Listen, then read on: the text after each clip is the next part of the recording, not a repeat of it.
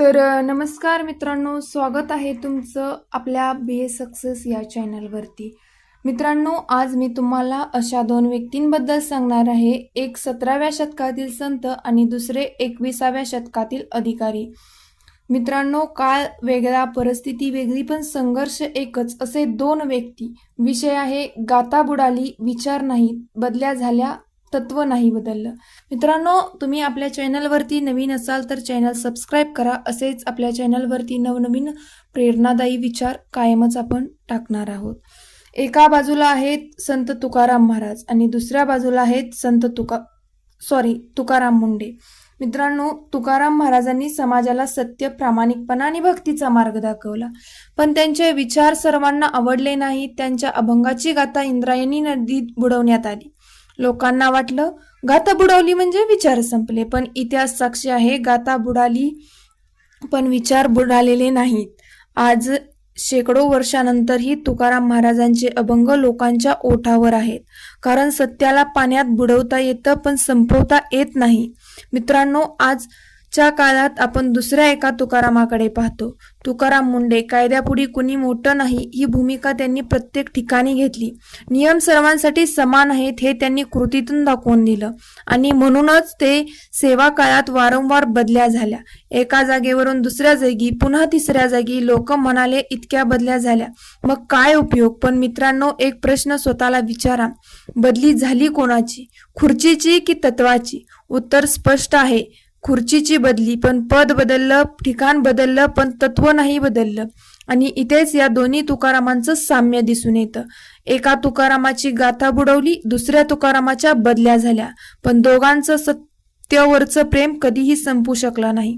मित्रांनो, आज आपण स्पर्धा परीक्षेची तयारी करतो, पुस्तकं वाचतो, नोट्स काढतो, परीक्षा देतो, पण एक प्रश्न आहे, आपण फक्त अधिकारी बनण्यासाठी अभ्यास करतोय की समाजासाठी उभं राहणाऱ्या व्यक्तिमत्व घडवण्यासाठी? कारण अधिकारी होणं सोपं नाही, मोठं आहे. अधिकारी झाल्यावरही योग्य गोष्टीसाठी उभं राहणं. संत तुकाराम महाराजांनी आपल्या विचारांची ताकद दिली, तुकाराम मुंडेंनी आपल्या तत्वांची ताकद दाखवली आणि या दोन्ही गोष्टींची आज समाजाला सर्वाधिक गरज आहे.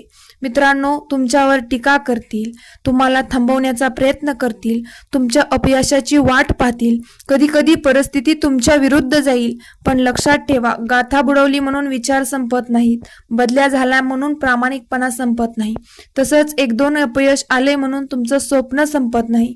आज तुमची प्रिलिम्स निघाली नसेल, आज तुमचा निकाल लागला नसेल, आज तुमच्या मेहनतीचं फळ मिळालं नसेल, तरीही तुमचा प्रवास संपलेला नाही. कारण यशाचा मार्ग हा सरळ रेषेत जात नाही. जो संघर्षातून जातो, तो संयमातून जातो, तो आत्मविश्वासातून जातो आणि सर्वात महत्वाचं म्हणजे तो सत्यातून जातो. आज तुम्ही स्वतःला एक वचन द्या, परिस्थिती बदलली तरी चालेल, लोक बदलली तरी चालेल, जग बदललं तरी चालेल, पण मी माझी मूल्य बदलणार नाही, मी माझी मेहनत थांबवणार नाही, माझं स्वप्न लहान होणार नाही. कारण इतिहासात नाव त्याचंच राहतं जे परिस्थिती पुढे झुकत नाही.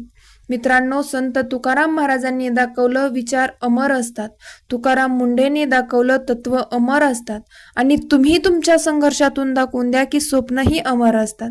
जर मनात जिद्द असेल तर अपयश तुम्हाला थांबवू शकत नाही, जर मनात प्रामाणिकपणा असेल तर अडथळे तुम्हाला वाकवू शकत नाही आणि जर मनात ध्येय असेल तर जगातील कोणतीही शक्ती तुम्हाला रोखू शकत नाही.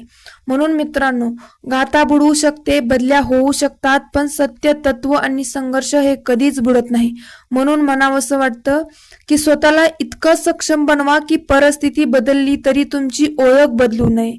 मित्रांनो, तुम्हाला हा व्हिडिओ आवडला असेल, प्रेरणादायी वाटला असेल, अशा एखाद्या मित्राला पाठवा जो सध्या संघर्ष करत आहे. आपल्या चॅनलला सबस्क्राईब करा. धन्यवाद.